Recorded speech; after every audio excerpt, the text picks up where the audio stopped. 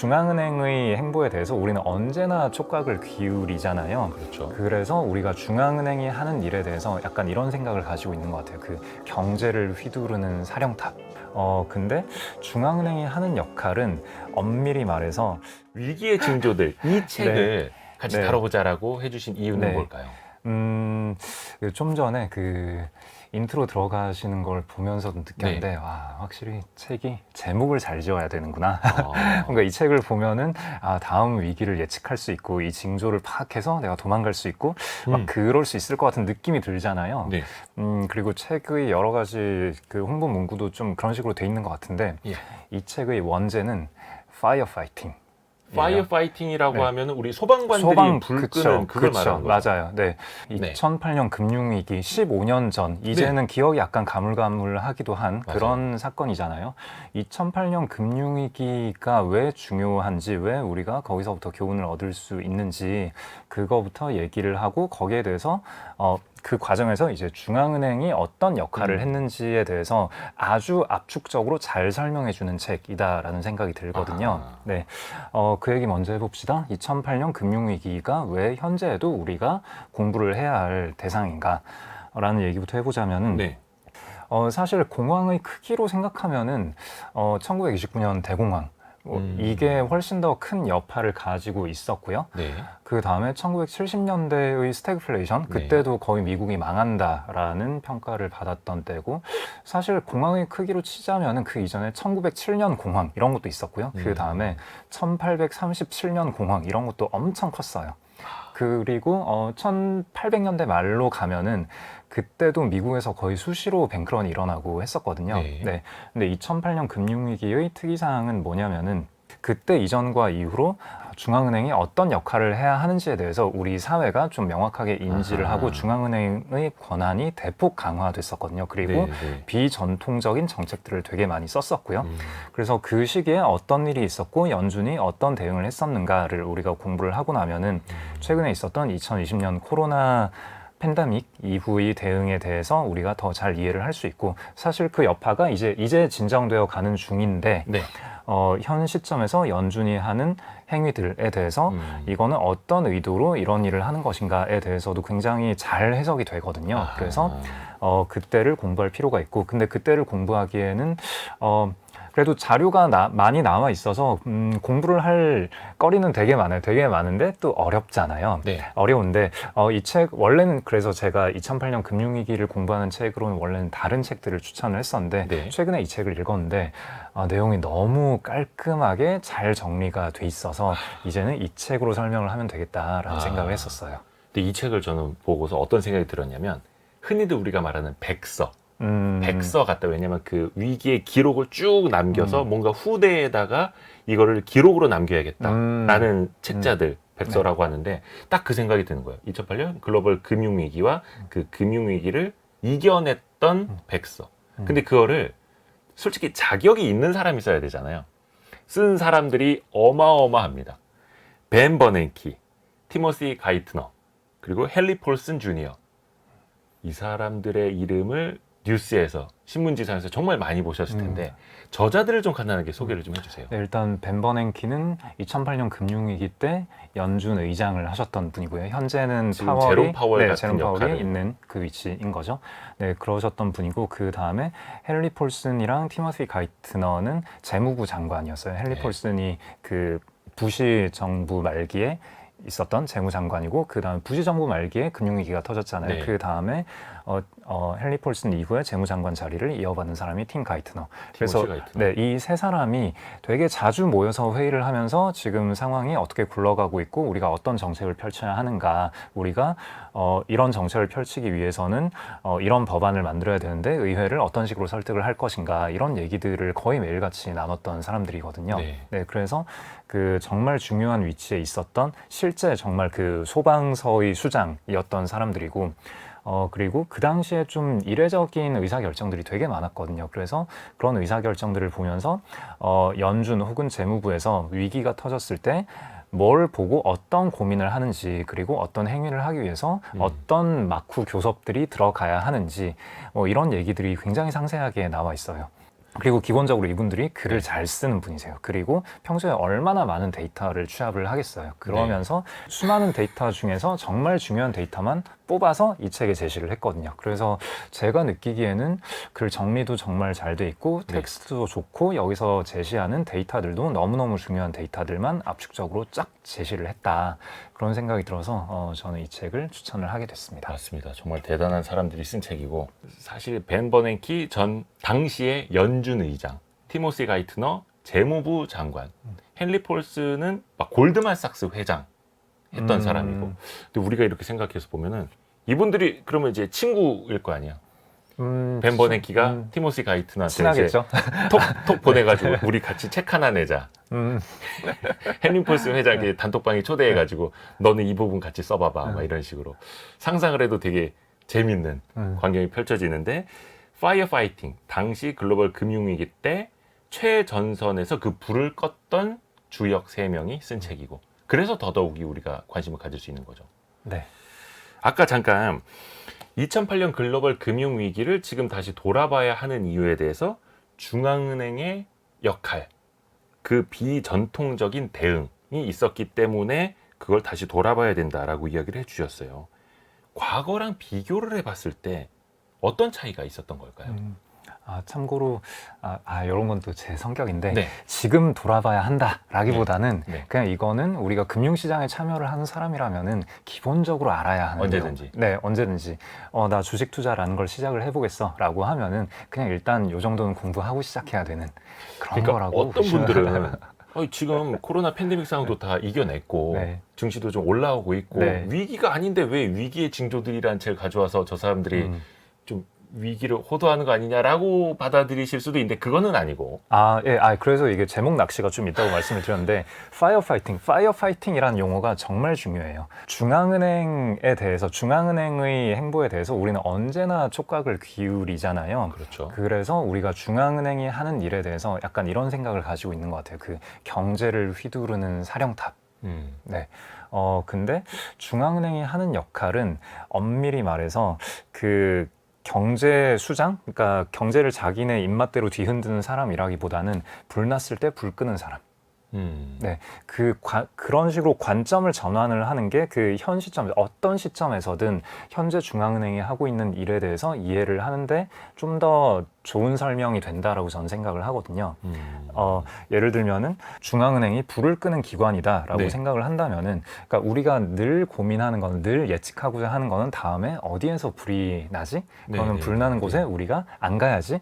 뭐 이런 식의 대응이 일반적으로 사람들이 하는 예측이라면은, 그러면은 그 중앙은행을 소방수다라고 봤을 때는 우리가 소방서가 잘 작동하는지 보려면 평소에 어떤 질문을 던져야 될까요? 만약에 어딘가에 불이 났을 때 그 도로가 잘 닦여 있는지, 그다음에 네. 소방관들이 출동하기 쉬운 그 상시 체제가 잘 구축이 돼 있는지, 네. 장난 전화에 휘둘리지 않는지, 소방관 분들께서 평소에 건강 관리 잘 하고 계신지, 좋은 대우를 받고 계신지, 뭐 이런 것들, 네.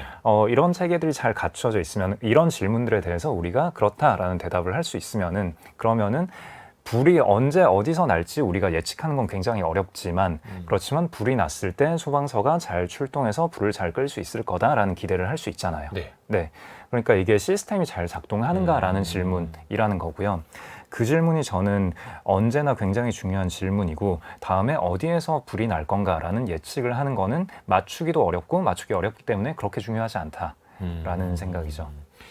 소방서 작동 시스템이 잘 가동이 될 것인가처럼 중앙은행의 시스템이 잘 가동될 것인가도 살펴봐야겠고, 여기서부터는 키워드를 통해서 제대로 한번 짚어보기 시작을 해야 되겠습니다.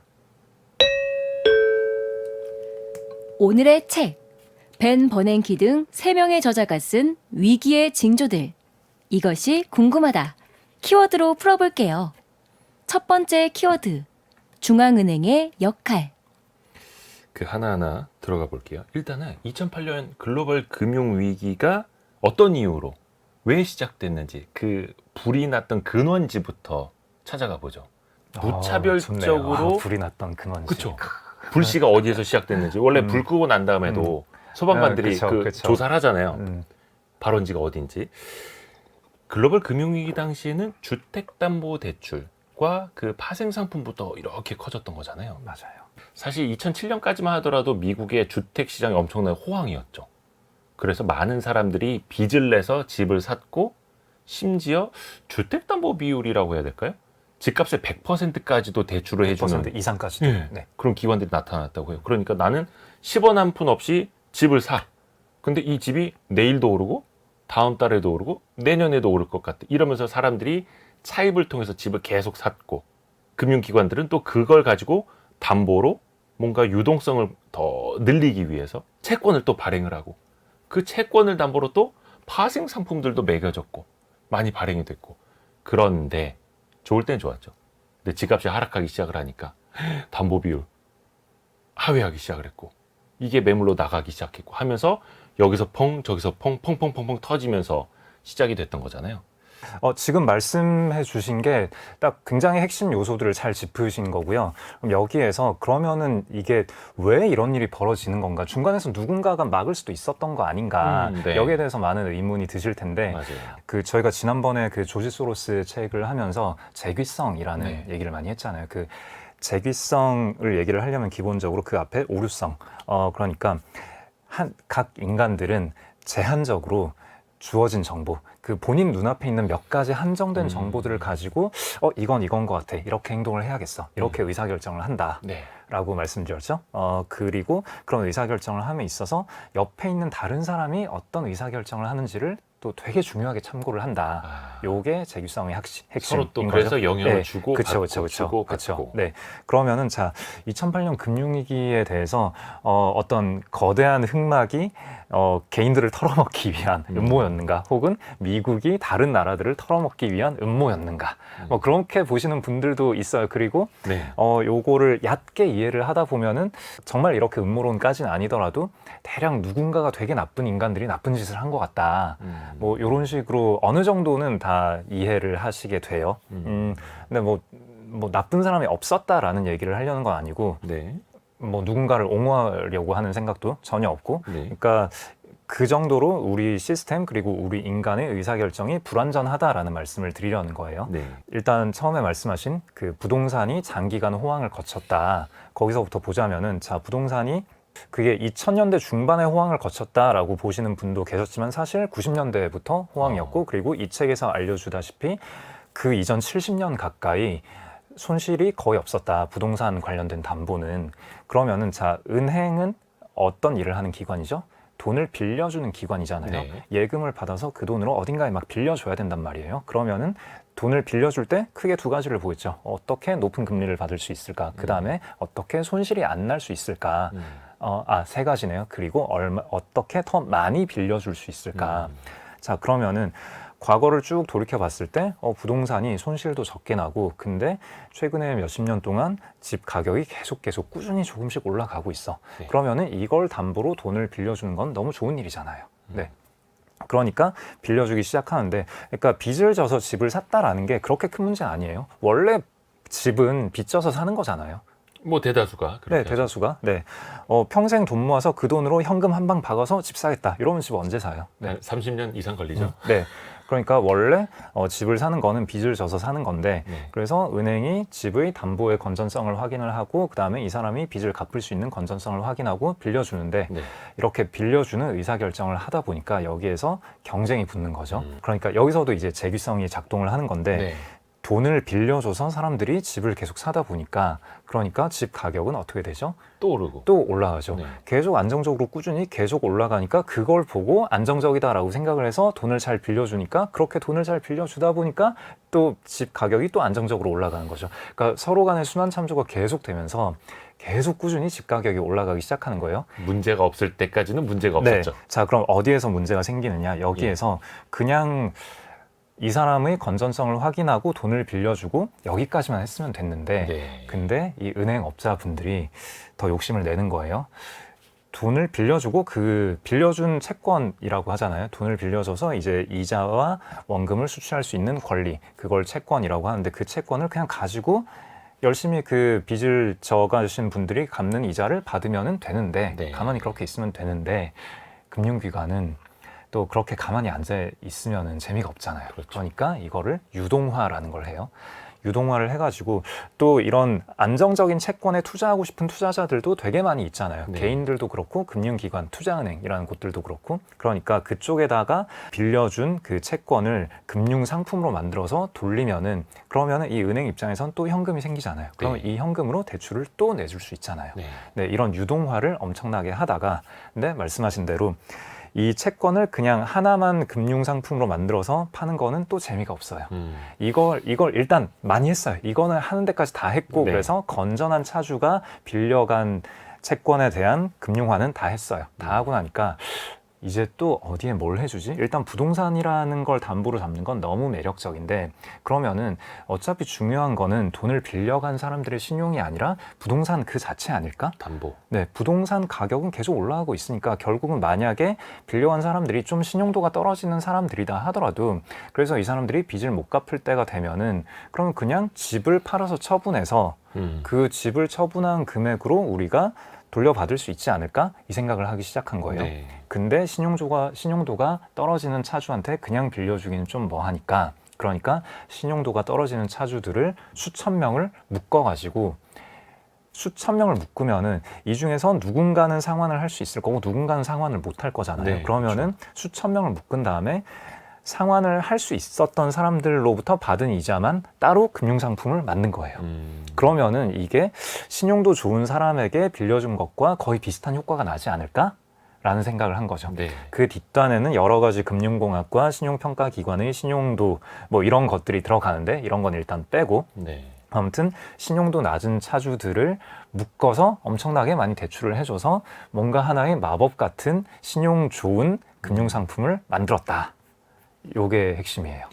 그래서 신용도 좋은 사람들이 프라임 등급이었고 네. 근데 신용도가 안 좋은데 신용도가 좋은 것처럼 구조적으로 만들어 놓은 게 서브 프라임이었고 많은 분들이 신문지상에서 보신 그 서브 프라임 모기지 사태가 네. 그렇게 시작이 됐던 건데 근데 우리가 금융 시스템 아까 소방서의 작동 시스템처럼 금융 시스템도 중요하다고 말씀을 해주셨는데 2008년 그러면 글로벌 위기가 그래서 터졌습니다. 그럼 당시에는 그런 위기를 사전에 방어할 수 있는 금융 시스템이 없었던 걸까요? 취약했기 때문에 그랬던 걸까요? 맞습니다. 네. 네. 그래서 이거를 음모론적으로 보자면은 네. 이게 누군가가 의도한 거다 혹은 뭐 나쁜 사람들이 해먹으려고 한 거다 뭐 이런 식으로 볼 수 있는데 네. 뭐 그게 틀렸다라고 뭐 볼 수는 없어요. 음모론이 원래 이제 검증 불가능한 얘기들인 거잖아요. 그렇죠. 예. 네. 그래서 그런 건 좀 빼고 보자면은 일단 금융 규제 기관들이 너무 잘게 나눠져 있었고요. 그 예금 관련해서는 뭐 따로 보고 있고 그다음에 뭐 보험 관련해서는 또 다른 쪽에서 보고 있고 그다음에 연준 시스템 자체가 그 개별 은행에 대한 규제는 각 지역 연은에서 하고 있었고 그 중앙 연준위원회는 또 전반적인 의사결정들을 하는 쪽이고 이렇게 연준 시스템 자체도 너무 나눠져 있고 권한이 그렇게 많지가 않고 연준의 손이 닿지 않는 여러 금융기관들이 또 되게 많았다라는 거죠. 네. 그래서 보통 사고는 규제받지 않는 곳에서 터져요. 네, 규제를 받는 곳에서는 그래도 좀 그 위에서 계속 귀찮게 하니까 뭐도 지키고 보고서도 쓰고 이렇게 하는데 규제를 안 받는 쪽에서 이런저런 일을 많이 하는데 2008년 금융위기도 그렇고 또 이번에 SVB 사태 같은 은행 사태도 그렇고 다 규제를 약하게 받는 혹은 안 받는 쪽에서 터진 사고가 네. 크게 번져가는 거죠. 미리 예측할 수 없었나 사실 미리 예측을 했던 사람들은 꽤 많이 있어요. 로버트 실러, 리차드 실러인가? 로버트 실러. 감사합니다. 네. 그 케이스 실러 지수 만든 네. 예, 그분이 여기에 주택에서 문제가 터질 수 있을 것 같다라는 얘기를 하셨고 네. 그다음에 뭐 누리엘 루비니 교수 같은 분도 말씀을 하셨고 그러니까 이게 문제가 있을 거다라고 얘기를 한 사람들 2006년부터 경고 신호를 던진 분들이 꽤 많았고요.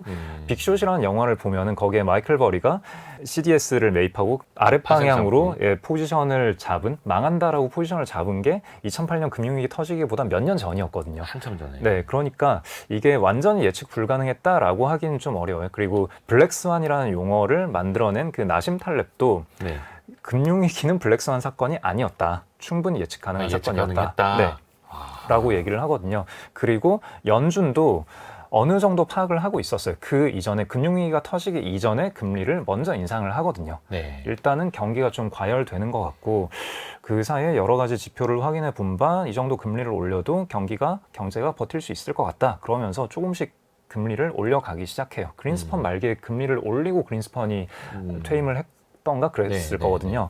그래서 금리를 슬금슬금 올려가면서 이제 과열되는 걸 좀 잡아보자라고 했더니 어딘가에서 뻥 터졌는데 터지고 나서 봤더니 야, 잠깐만 이거 뭐야? 왜 이래? 이렇게 된 거죠. 그러니까 줄줄이. 연준의 당국자들이 보기에도 버틸 수 있을 것 같고 올려야 될 시점이 돼서 금리를 좀 올려봤는데 금리를 올리다 보면 이제 약한 곳에서부터 터지잖아요. 그렇죠. 그래서 약한 곳에서 뭔가 터졌는데 터지고 나서 자 좋아 어디서 문제가 있는지 보자 하고 봤더니 어라? 이거 심각하네? 가 된 거죠.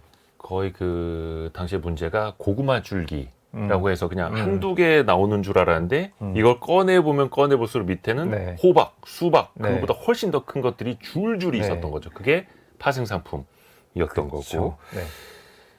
그 2008년에 주식 투자하고 계셨던 분들은 정말 패닉에 빠져 있었죠. 혹시 그때 또 그때 제가 신입사원. 네. 그때 저는 증권부 기자 생활을 막 시작할 때였거든요. 2008년에.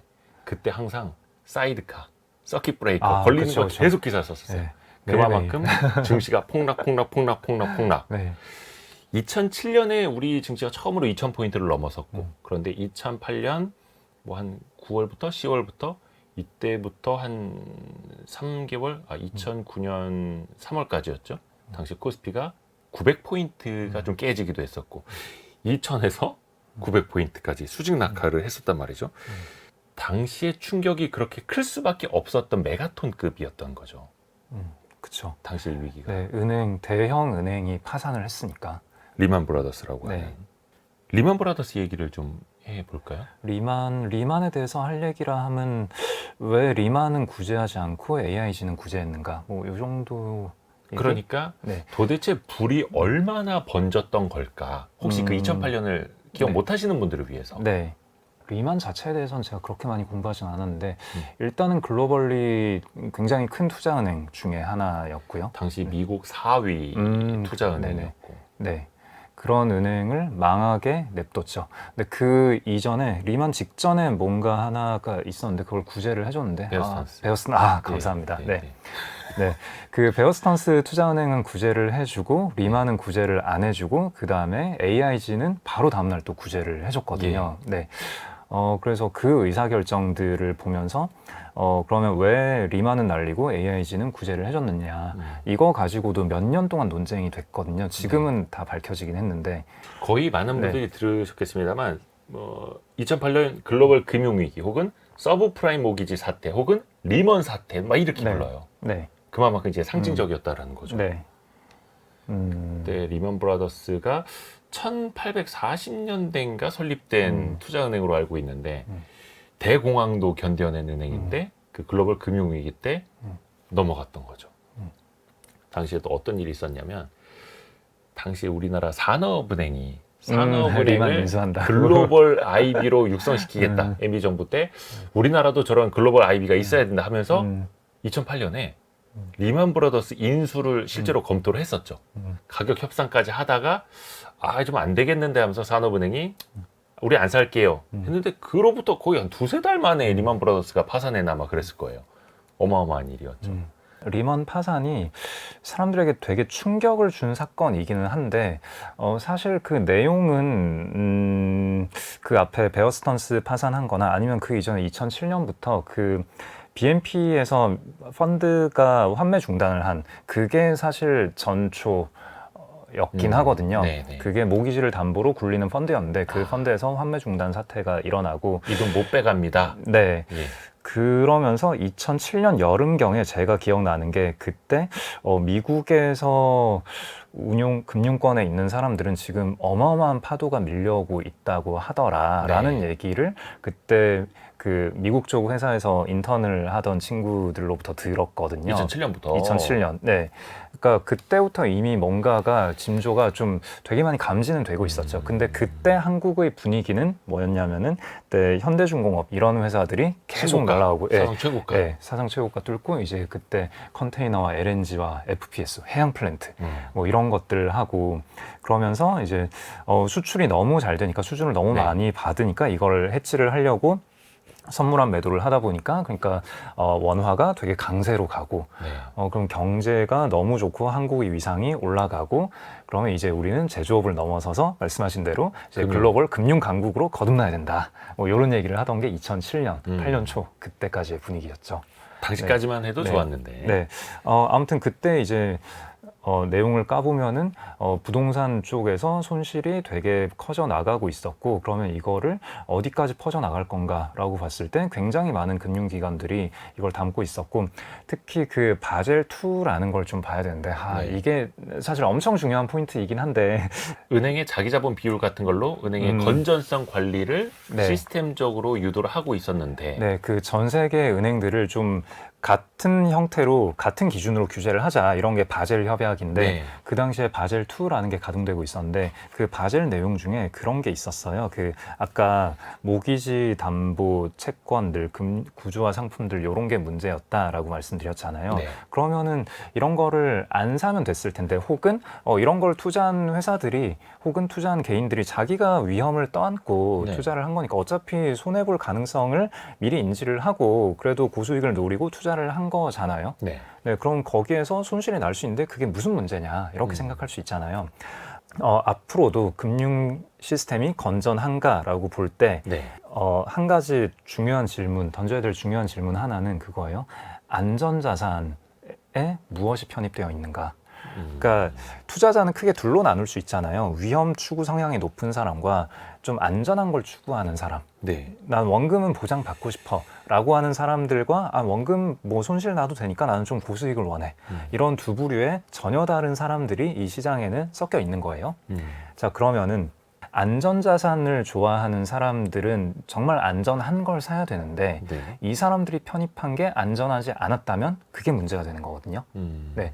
근데 바젤 2에 지금은 바젤 3, 이제 바젤 4도 논의를 하고 있고 바젤 3가 많이 도입이 돼 있는 상황인데 바젤 2 금융위기 당시에 바젤 2에서 뭐가 있었냐면은 모기지 담보 채권에 대해서 네. CDS라는 그러니까 이게 뭐냐면은 이 채권이 부도가 났을 때 네. 돌려받을 수 있는 네. 일종의 보험 상품인 거죠. 네. 마이클 버리가 베팅한 것도 이 CDS예요. 네. 부도가 났을 때 돌려받을 수 있는 상품에 가입을 해놓으면은 이거는 안전자산으로 인정을 해줄게. 아하. 네, 그게 있었어요. 바젤 규제는 방금 기자님께서 잘 말씀하신 대로 야, 은행이나 보험회사나 이런 애들 이런 회사들 무분별하게 대출을 많이 내주면은 어디서 문제가 터질지 모르니까 이 대출을 위험도 순으로 좀 구분을 해가지고 안전한 대출은 이만큼 많이 내줘도 되고 위험한 대출은 요만큼만 내줘. 라고 그래서 이거를 다 정량화 해가지고 수치로 관리를 하겠다라는 거예요. 그러면은 은행들 입장에서는 어쨌거나 안전한 쪽은 이자율이 낮을 거잖아요. 네. 안전한 쪽은 이자율이 낮을 거고 좀 위험한 쪽이 이자율이 높을 건데 은행은 좀 고위험 그러니까 이자율을 높게 받는 걸 원하잖아요. 네. 네, 그래도 안전했으면 좋겠고 그리고 바젤이라는 규제가 있기 때문에 좀 위험 자산을 많이 대출을 내주기에는 좀 한도가 걸린단 말이에요. 네. 근데 여기에서 이 원래는 위험 자산인데 여기에 보험을 걸어주면은 안전 자산으로 인정을 해줄게. 그 안전 자산 카테고리에 넣어줄게. 라고 해줬으면 이건 은행 입장에서는 너무 하고 싶은 상품이 되는 거죠. 아하. 그러면서 그 MBS 모기지 주택담보 대출을 기초 자산으로 한 수많은 금융 상품들에 투자를 하면서 그 다음에 CDS라는 상품에도 같이 투자를 한 거예요. 아하. 네, 그러면은 엄청나게 많이 할 수 있었겠죠. 예. 근데 그러면은 이 CDS는 누가 발행을 해주는 건데? 이건 보험사가 방금 보험 상품인 거라고 네, 말씀드렸잖아요. 네. 그러니까 보험 상품은 누가 내주죠? 보험사가 발행하는 거죠. 네. 네, 그러니까 그 리먼 사태는 일단 리먼이 망한 건 상징적인 건데 그 바로 다음날 AIG라는 회사는 구제를 해줬는데 네. 자 주요 엄청나게 많은 은행들에서 은행들은 안전한 거에 투자를 해야 되는데 그 안전한 거에 투자를 하겠다면서 모기지 담보 증권과 CDS를 같이 엄청 많이 사놨어요. 네. 자, 그러면은 이제 모기지에서 문제가 터지기 시작했죠. 그러면은 모기지 채권들이 이제 상환 불능이 됐어요. 그게 2007년부터 쭉 있었던 일인데 2008년 넘어가면서 이제 상환 안 되는 게 되게 많네. 네. 괜찮아. 우린 보험 들어놨으니까 하면서 이제 어디를 찾아가죠? 보험 들어놨으니까 이제 보험료 그동안 냈으니까 보험금 줘. 네, 이렇게. 보험금 줘라고 어디에 가죠? 보험사. 그렇죠. 예, 예. 네. 보험사에 찾아가잖아요. 근데 보험사에서 보험료를 잘못 책정을 한 거죠. 그러니까 자기네들이 예상한 것보다 훨씬 더 크게 터진 거죠. 그렇죠. 문제가. 네, 이 모든 보험금 책정의 기본 전제가 이 각 모기지가 파산할 확률이 독립적이다. 파산할 가능성이 독립적이다. 각각 만약에 네. 문제가 생기면 각각 네. 문제가 생기는 거다라고 봤는데 그렇죠. 근데 얘가 문제가 생기고 이게 옆에 은행들이 터지고. 망할 때가 되니까 실업을 하게 되고 경제가 안 좋아지니까 회사들이 고용을 줄이고 실업자가 많아지니까 얘도 파산을 하네. 네. 네, 대출을 얘도 못 갚고 쟤도 네. 못 갚고. 얘가 못 갚는 거랑 얘가 못 갚는 건 독립적인 사건이어야 하는데 얘가 못 갚으니까 얘도 못 갚네. 다 같이 못 갚네. 망했네.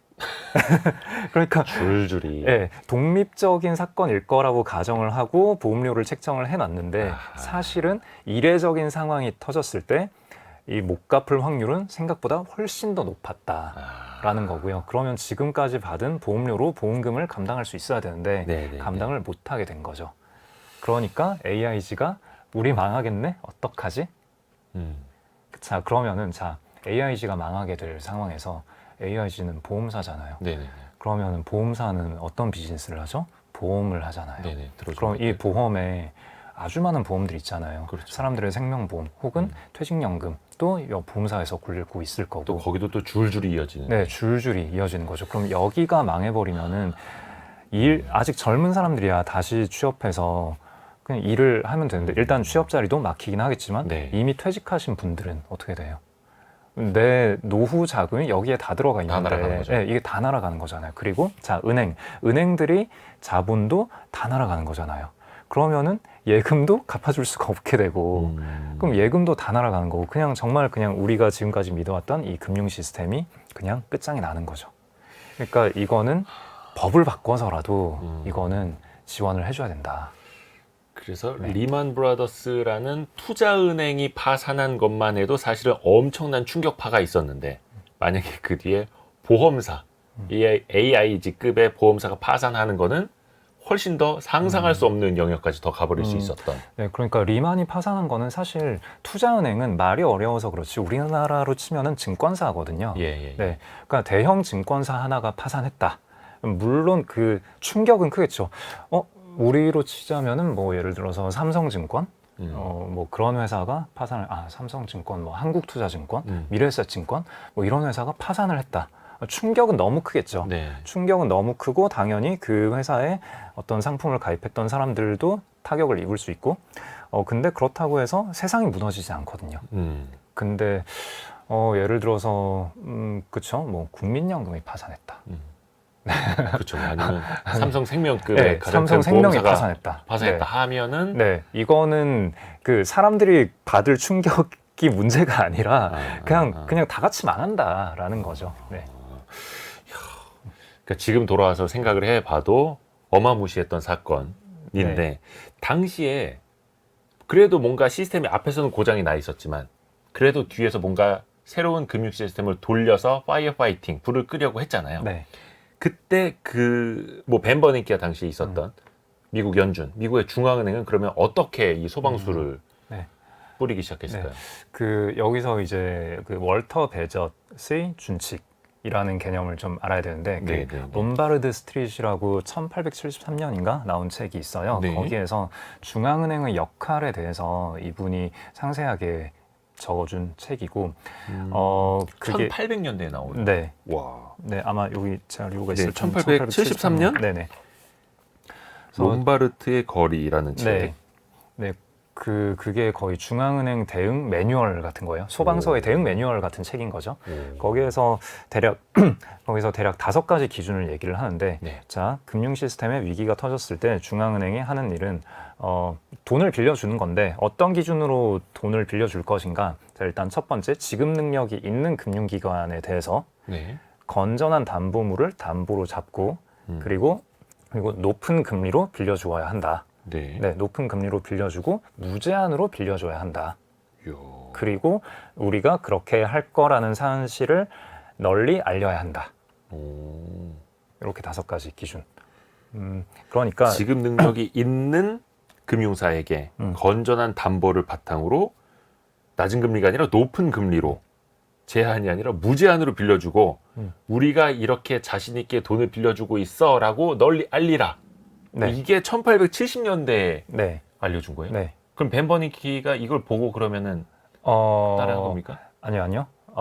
이게 이제 전통적인 대응 매뉴얼이에요. 예. 네. 그리고 벤 버냉키는 그 전통적인 매뉴얼을 버릴 때가 되었다라고 그 당시에 요 세 명이 모여서 판단을 한 거죠. 오, 네. 그거랑 좀 변형이 된 대응이었던 네, 거예요? 기출 변형. 아유, 어려워지는데 네. 어떻게 변형을 했던 거예요? 그러면? 자, 일단은 요 얘기부터 먼저 해야 돼요. 그 베젓의 매뉴얼은 어떤 의미인가? 네. 네. 1870년대. 그러니까 지금 우리가 느끼기에는 조금 어색하잖아요. 왜 높은 금리로 빌려주라고? 네. 이게 뭐지? 네. 그리고 건전한 기관에만 빌려주라고? 아니 건전하지 건전하지 않으니까 나자빠진 건데. 네. 네. 돈 근데 그러면 나자빠진 애들을 다 그냥 죽으라고 냅두라는 건가? 그렇죠. 거기다가 지금 네. 갚을 능력도 네, 없는데 그다음에- 높은 금리로 네, 빌려주라고. 그러니까 갚을 능력 없는 애들한테는 돈 빌려주지 말고 그냥 죽으라고 냅두고 그 다음에 갚을 능력 있는 애들한테는 높은 금리로 빌려주라고. 건전성을 보고 확실히 네. 차별을 해서 네. 지원을 해야 된다. 네, 그 죽을 친구들은 죽여버리고 그 다음에 안 죽을 친구들은 그래도 너네도 벌 받아. 징벌적 금리라고 표현을 하거든요. 그래서 높은 금리로 네. 지원을 해야 된다. 네, 그래서 여기에서는 이 핵심 키워드는 도덕적 해이예요. 도덕적 해이가 발생했고 더 발생할 수 있으니 네. 징벌적으로 네. 그러니까 빌려주더라도 징벌적으로 빌려줘야 네, 된다. 중앙은행의 의사결정을 할 때는 언제나 욕을 먹어요. 언제나 그렇죠. 뭘 하든 안 하든 양쪽에서 욕을 먹는데 한쪽에서는 야 지금 세상 망해가고 있는데 빨리 뭔가 해라 뭐 하냐. 네. 그 다음에 또 다른 한쪽에서는 야 지금 쟤네가 사고 쳐서 나자빠져 있는데 이거를 우리의 그렇죠. 피 같은 돈으로 지원을 해준다고 뭐 하는 거냐. 음. 뭔가를 하든 안 하든 언제나 욕을 먹어요. 네. 네. 그럼 여기에서 우리는 그 연준이 뭔가를 했을 때, 그러니까 한 거 자체로 그 대단히 문제를 삼기보다는 도덕적 해이라는 문제에 대해서 어떤 태도를 취하고 있느냐, 이게 굉장히 중요해지거든요. 그래서 월터 베저스의 준칙에서는 도덕적 해이를 철저히 차단하는 형태로, 네. 그래서 금융기관도 그냥 민간 회사다. 예. 회사가 경영을 방만하게 했기 때문에 잘못된 거고, 그리고 거기에 관련된 사람들도, 거기에 투자한 사람들도 자기가 리스크 짊어지고 투자한 거 아니냐. 네. 그러니까 죽을 애들은 죽게 냅둬라. 이거를 계속 살려주기 시작하면은, 그럼 결국은 이 금융 시스템의 그 가장 큰 문제는 이거예요. 이익의 사유화, 손실의 사회화. 뭐 요거 관련해서도 나중에 뭐 별도의 컨텐츠로 한번 다룰 일이 돈을 있으면 벌어가는 좋겠는데, 녀석들 따로 있고 위기 네. 때 돈을 부어줘야 되는 국민들 따로 있고. 그러니까요. 예. 상황이 좋을 때는 금융기관에서 일하는 사람들이 돈잔치를 벌이고 상황이 나빠지면은 살려주세요 해가지고 전 국가에서 나서서 살려주고. 그러면 근데 예. 이거는 영국의 저널리스트 월터 네. 베저트가 1873년에 한 말인데 네. 사실 이 사람은 우리로 따지면 뭐 기자나 언론인인 거죠. 근데 사실 이 사람이 저기 멀리 떨어져서 준칙을 쓴 것과 당시에 중앙은행 혹은 재무부 장관, 나라를 살리고 지금 금융 시스템을 살려야 되는 사람들 입장에서는 이렇게 할 수가 없었을 테고, 그래서 그 변형된 방식으로 불을 껐다라는 거잖아요. 그쵸. 네. 자, 그래서 네. 자, 이 금융위기에도 그러면은 참고로 그 어떤 저널리스트 분께서 이 쓰신 게, 그러니까 미국만의 얘기라기보다는 일단 그 당시에 1873년에는 미국의 중앙은행이 없었고요. 없었고, 그 영국을 비롯한 유럽의 중앙은행들이 다들 교본으로 삼고 있는 거였고, 미국에서도 그걸 많이 연구를 했고, 나중에 1913년 네. 그때 미국에 연준이 생겼을 때도 이런 준칙을 교본으로 삼고 있었죠. 네. 그 뭐 JP 모건 네. 같은 여러 은행들이 모여서 우리가 중앙은행을 만들자 해서 만들어진 거죠, 나중에. 그렇죠, 맞습니다. 네, 1907년 공황 이후에 만들어진 네. 건데, 그래서 2008년 금융위기를 겪으면서도 베저스의 준칙을 따르자면은 그냥 죽여버렸어야 해요.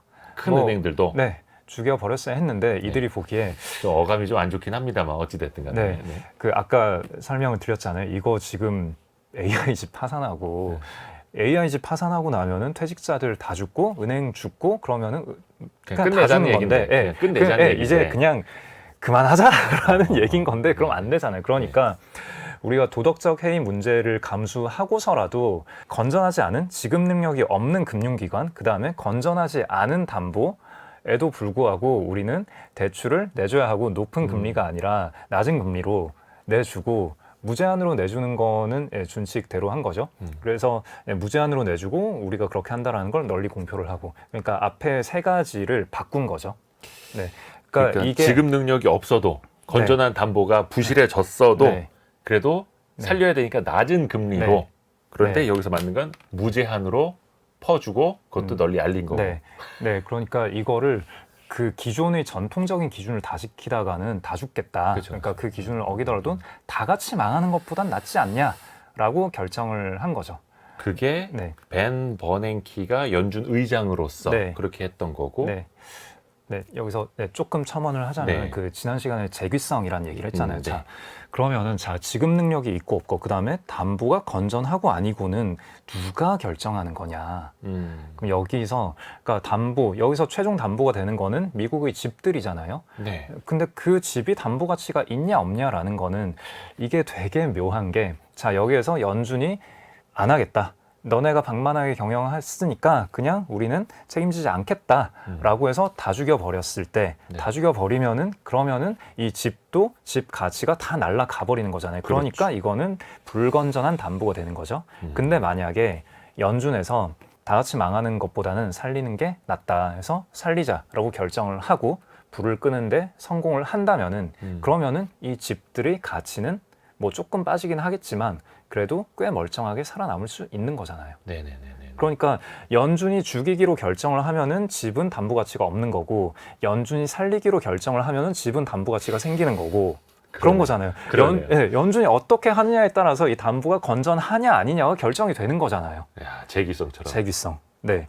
결국은 그렇게 해서 연준이 속된 말로 퍼준 거고, 당시에 벤 버냉키는 헬리콥터 벤이라는 별명이 네. 생길 정도로, 네. 그러니까 그냥 지상에서 헬리콥터로 돈을 뿌려준다라는 구제금융 시스템도 많이 작동을 했고, 그렇게 해서 어찌됐든 간에 억지로라도 담보 가치를 만들어냈고 살려냈습니다. 네.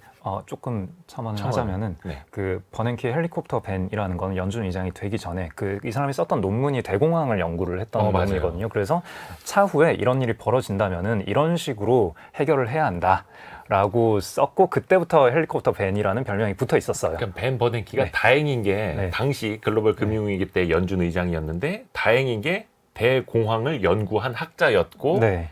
돈을 뿌리는 헬리콥터의 설계도를 어디다인가 그려놨던 그러니까요. 거죠. 미리 그려놨던 사람인 거죠. 네. 그래서 금융위기 닥치자마자 바로 이 헬리콥터를 만들어야 돼 해서 바로 띄운 거고. 그렇죠. 그렇죠. 야, 어떻게 보면 이게 참 이야기가 쭉 맥락이 이어집니다. 네, 그래서 2020년 코로나가 쉬웠던 게 정답지가 다 있는 게임이었거든요. 아, 맞아요. 네. 그 이야기를 넘어가 봐야 됩니다.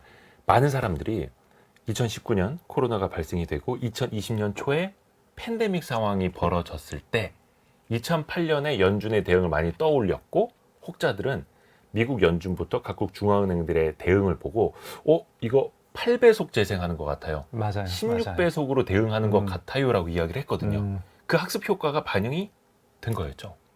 네, 그쵸. 그래서 그 2020년 코로나 사태 때 제가 뭐 방송에서 했던 얘기가 이거는 2008년에 했던 매뉴얼들이 살아있고 그리고 현직자들이 살아 계신다. 네. 그래서 그냥 그때 했던 매뉴얼 그대로 그냥 실행 버튼만 누르면 된다라고 말씀을 드렸는데 그때 진행자분께서 그분들이 현직에 살아 계신 게 중요하냐라고 질문을 하시더라고요. 저는 중요하다고 벤 버냉키가 했습니다. 네. 제롬 파월한테 카톡 네. 보냈겠죠. 네, 이렇게 하면 된다. 그런 느낌인 네. 거죠. 네, 그 현직자가 살아있다는 건 되게 중요하거든요. 2008년 때는 이거는 버냉키 자서전을 보면 되는데 요 책에도 좀 나와요. 그때는 그 본인이 말씀하신 헬리콥터 설계도는 그려놨어요. 네, 설계도는 그려놨는데 자 이제 헬리콥터 만듭시다라고 했을 때 뭔 소리야? 이러면서 그 굉장히 많은 저항을 받았거든요. 처음 있었던 일이니까. 네, 그래서 그때 어떤 법안들을 하나하나 뒤져가면서 위기 상황에서는 요렇게도 할 수 있다라는 법 조항들을 막 찾아냈어요. 그래서 이거 가지고 와가지고 이거는 할 수 있는 거다. 그래서 이대로 하면 되는 거고 의회에서 승인해달라. 이런 식으로 엄청난 설득 과정을 거쳤어요. 그래서 그때 만들어놨던 여러 가지 기구들이 있는데 그 기구들을 안 없애고 계속 가지고 있었어요. 그러니까 돈 뿌리는 헬리콥터를 네. 경납고에 넣어놨던 그렇죠. 거죠. 맞아요. 그 경납고의 네. 문을 제롬 파월이 연 거고. 맞아요. 네. 네. 띄웁시다. 했으면 됐던 거죠. 네. 그래서 더 빠르게 이륙을 해서 돈을 뿌려서 코로나19 팬데믹 상황을 우리가 경험한 것처럼 네. 빠르게 이겨냈고 혹시 여기서부터 이제 드는 질문은 그겁니다. 우리가 2023년 그러니까 팬데믹 상황을 이겨냈고 근데 그 이후에 돈을 뿌린 만큼의 인플레이션이 엄청나게 생겨났고 그러면 뭐 책의 제목이 위기의 징조들이니까 지금 시대를 살아가는 우리는 위기의 징조를 볼 수 있을까? 있지 않을까? 생각을 좀 해봐요. 그래서 저는 이게 내용이 그렇게 흘러가면은 이게 좀 까리해지는데 위기의 징조들이라고 해버리면은 네. 당연히 지금 상업은행, 상업용 부동산, 그렇죠. 상업용 부동산 문제 생길 수 있고 그다음에 지금 연체율 올라가고 있고 그다음에 뭐 미중 분쟁 지금 뭐 어제까지 이제 또 그 회담이 있었는데 이게 큰 성과는 없었던 것 같아요. 아무튼 뭐 미중 분쟁이 또 있을 것 같기도 하고 또 어디 중동에서 무슨 사태가 벌어질 수도 있고 뭐 그다음에 중국이 리오프닝을 했지만 이게 경기가 생각보다 빠르게 돌아서지 않고 있고 그다음에 유럽이 또 좀 상당히 안 좋은 것 같아요. 거기는 물가도 아직까지는 네. 좀 그렇고. 네. 그래서 그런 여러 가지 곳에서 뭔가 문제가 터질 수 있죠. 네. 그래서 위기의 징조들이라고 보면은 뭐 그냥 이런 얘기들을 쭉 나열을 하는 거예요. 근데 저는 별로 그러고 싶진 않고. 그러니까 네, 그런 네. 것들은 이제 다른 데서도 많이 얘기를 하고 어디서든 문제가 터질 수 있죠. 네. 그래서 이 책의 원제인 파이어파이팅에 집중을 해보자면은 위기가 터졌을 때 대응할 수 있는 능력을 현재 중앙은행 당국자들은 갖추고 있느냐 이런 쪽으로 봤을 때 일단 미국 연준은 저는 그 능력을 충분히 갖추고 있다라고 생각을 하고요. 오히려 네. 더 강화가 됐을 수도 있을까요? 그렇죠. 이번 은행 사태, SVB 사태 얘기를 좀 하자면은 미국의 실리콘밸리 은행이 네. 파산을 했고 네. 그것도 결국은 비슷해요. 그 규제를 약하게 받고 있던 중소형 은행, 그 지방에? 대형 은행과 중소형 은행이 또 네. 규제가 다르거든요. 예. 네, 그래서 중소형 은행 기준을 딱 묘하게 딱 그 중소형 은행 라인 그 기준 바로 밑에서 놀고 있던 그 은행이 사태가 터진 거고, 그러니까 이거는 방만한 경영 탓이었고 연준에서 개입은 하였으나 그 방만한 경영을 했던 경영자들은 구제하지 않고 예금자들은 살려주는 쪽으로 대응을 했거든요. 그래서 연준은 지금 도덕적 해이라는 문제에 대해서 좀 강경하게 대응을 하고 있다라고 보면 되고, 그 다음에 유동성을 열심히 회수하는 중이기 때문에 나중에 문제가 터졌을 때 쓸 수 있는 카드들을 계속 쟁여놓는 중인 거죠. 네, 저는 그렇게 해석을 하고 있고. 그러니까 소방 시스템, 그러니까 이 책 제목이 이제 원제가 파이어 파이팅이니까 소방 시스템이 더 튼튼해졌고 그때 출동할 수 있는 구급 참여, 소방 참여, 방호복이며 네. 이런 것들이 다 구비가 완료가 되어 있는 상황. 그렇죠. 장난 전화에 함부로 출동하지 않는다라는 거죠. 네. 그것까지 걸러낼 수 있는 시스템이 만들어졌고 그러니까 여기서 이제 좀 뭐랄까 반대로 예. 사람들이 기대하는 거. 예. 그러니까 이제 인플레이션이 잡혀가는 것 같으니까 네. 이제는 좀 금리 좀 낮춰주겠지? 음. 이런 기대감이 좀 꽤나 이런 기대를 하시는 분들이 꽤 서운해질 가능성이 높다. 그래요? 네. 그러니까 지금과 같은 고금리 상황이 이어지면 2008년에 그러했듯이 뭐 지금 상황은 다르겠지만 상업용 부동산도 그렇고 사람들의 연체율이 높아질 수도 있고 차주들이 더 부실해질 수도 있고 그러니까 연준이 이런 고금리 상황을 계속 오래 가져가지는 못할 거야. 좀 숨통 좀 틔워주겠지. 네. 라고도 기대할 수 있는데요. 네. 그래서 그 기대를 하시는 분들은 본인들이 무슨 기대를 하고 있는지를 좀 명확하게 하실 필요가 있어요. 예. 네. 자, 일단 현재 유동성 회수는 왜 하는 거냐? 현재 유동성 회수는 코로나 때 풀었던 유동성을 회수하는 거 맞아요. 네. 더하기 2008년 금융위기 때 풀었던 유동성을 아직 회수하지 않았어요. QT를 하던 중에 코로나가 터졌죠. 네. 그래서 QT를 하다 말았고 하다 만 거를 지금 마저 해야 되는 거예요. 양적 긴축, QT. 네. 그러니까 코로나 3년 동안 풀었던 유동성을 회수해야 되는 과제 물론 있는데 3년뿐만 아니라 그 이전에 15년 동안 풀었던 유동성. 네. 그걸 회수해야 되는 중인 거예요. 그 풀어야 할 과제가 많거든요. 네네. 그래서 이게 약간 그런 거에 비유할 수 있어요. 뭐 감기 걸렸을 때 뭐 스테로이드 맞나요? 그러니까 감기 걸렸을 때 네. 되게 강력한 약을 처방을 받으면은 감기가 빨리 낫잖아요. 네. 그러니까 심한 독감에 걸렸으면은 약간 몸 상할 거 각오하고도 몸에 안 좋더라도 감기는 빨리 처리할 수 있는 네. 그런 약을 처방을 받는 게 당장은 좋겠죠. 뭐 근데- 내일 모레 어디 네. 나가서 경기를 뛰어야 된다면 네, 경기를 뛰어야 된다면. 근데 그렇게 해서 감기가 좀 나아가고 있어. 근데 이 감기약이 꽤 맛있어, 달달해. 중독돼. 예, 그러면은 내가 몸이 건강해져 있는데 예. 약 좀 주세요. 이러면 약쟁이잖아요. 그렇게 될 수도 있다. 예. 경제가. 현재 그렇게 돼 있어요. 예.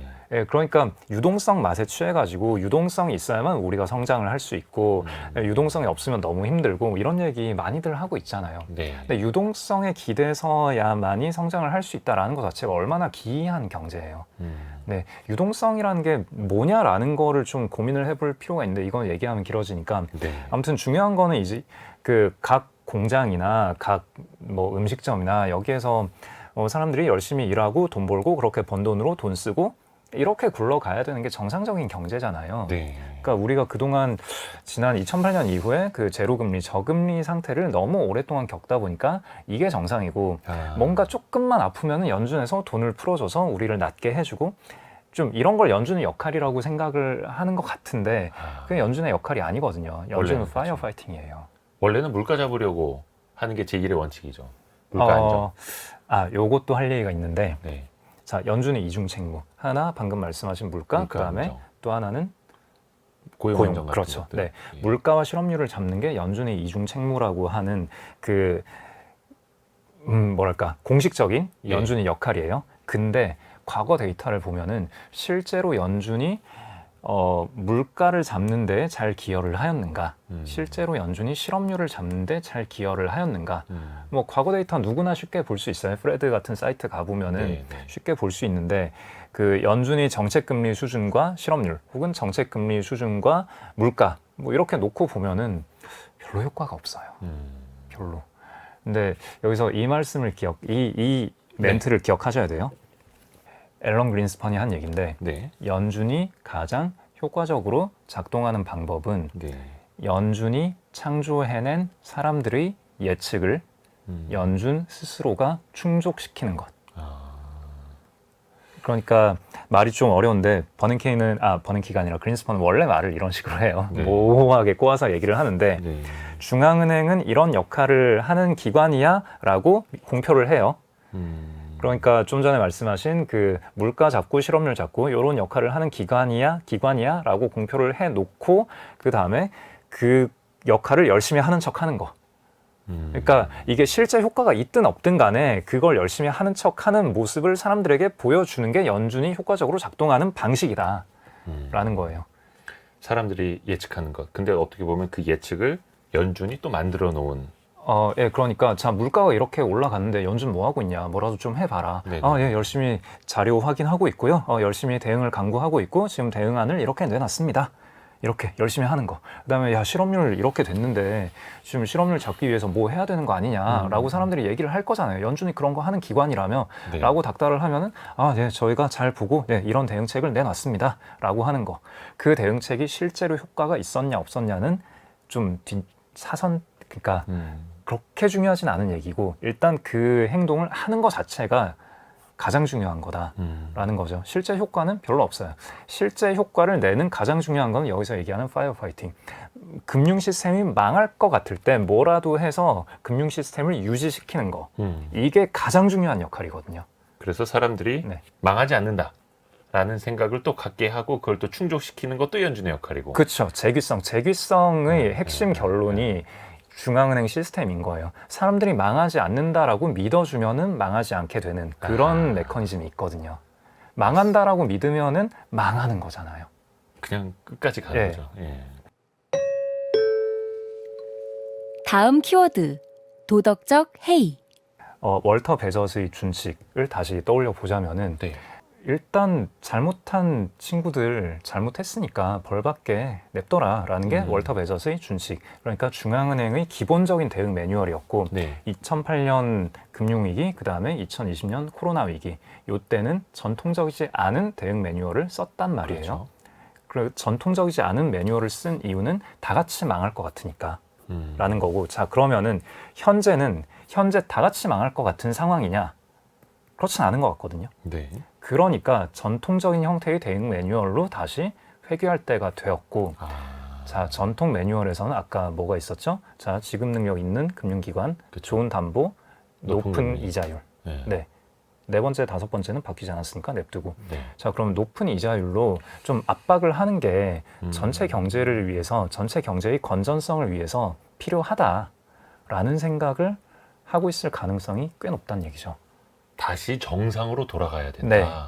그러니까 비정상적인 상황으로 해서 사람들을 도덕적 해이에 계속 취해 있게 해서는 안 된다. 네. 정상화를 시켜야 된다. 요거는 또 금리의 역습이라는 책을 보면은 또 고금리의 그 긍정적인 효과에 대해서 되게 많이 얘기가 나오거든요. 물론 그 책이 좀 읽기 쉬운 책은 아니고 뭐 아주 좋은 책이라고 하기도 좀 그런데 아무튼 그 저금리의 폐해, 그 다음에 고금리의 긍정적인 효과에 대해서 되게 잘 설명을 하고 있어요. 네, 그러니까 저금리가 되면은 수많은 좀비 기업을 양산하고 쉬운 돈을 가지고, 그러니까 뭐랄까 리스크를 짊어지고 좀 온갖 위험한 일을 하는 사람들이 되게 많은 보상을 받아가요. 네. 이게 좋은 사회냐? 좀 안 좋은 면이 많거든요. 그렇죠. 좀비 기업들이 많아지고. 네. 그래서 고금리를 어느 정도 유지를 하는 것도 꽤 괜찮을 수 있고, 그 다음에 여러 가지 향후 시나리오를 봤을 때 금리를 현재 5%에서 사람들이 원하는 건 한 2% 이렇게 확 낮춰주길 기대를 하는 거잖아요. 근데 5%에서 아 그래 5%는 좀 너무 했던 것 같아. 그러면은 한 4.5, 한 4 정도는 해줄게 해서 4까지 낮췄다가 그만두는 경우. 그러면 사람들은 야 2까지 가야지 뭐 하는 거야. 이러면서 또 굉장히 실망을 하게 될 수도 있고요. 5가 유지돼도 사람들은 서운해할 거고 4까지 가고 그만둬도 서운해할 거고 그리고 만약에 정말 그분들 그 기대를 하는 분들이 원하는 대로 뭐 2까지 낮췄다라 함은 이거는 이미 문제가 굉장히 심각하다라는 뜻인 거죠. 그만큼 금리를 낮춰야만 자생할 수 있는 경제 환경. 네, 시스템이 무너질 정도로 뭔가가 굉장히 안 좋아져 있는 상황이다라는 건데 그럼 여기에서 돈 풀었다고 금리를 낮췄다고 사람들이 좋아할까? 어차피 거기에 취해 있는데. 그렇죠. 네. 그래서 그런 금리 인하를 기대하고 거기에 맞게 베팅을 하는 거는 좀 여러 가지로 생각대로 안 굴러갈 확률이 굉장히 높다.